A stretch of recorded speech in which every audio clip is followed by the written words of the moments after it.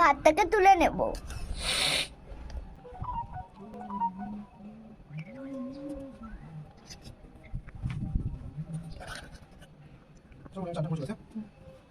আমাদের মেনু বাসমতি চালের ভাত ও মাংসের ঝোল।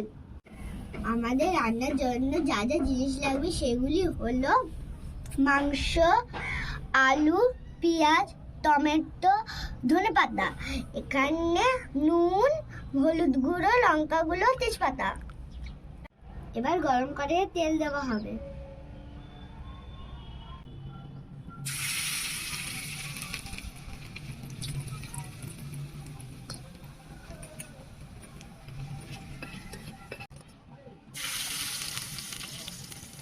সামনে দিন হয়ে যাবে।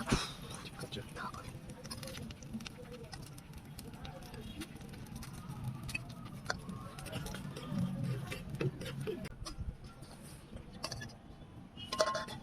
এর মধ্যে যা যা মশলাপাতি লাগবে সেগুলো আমি দিয়ে দেবো।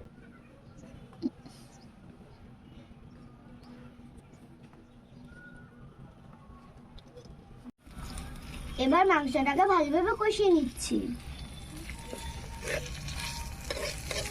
এবার আমি এটাকে খাবো।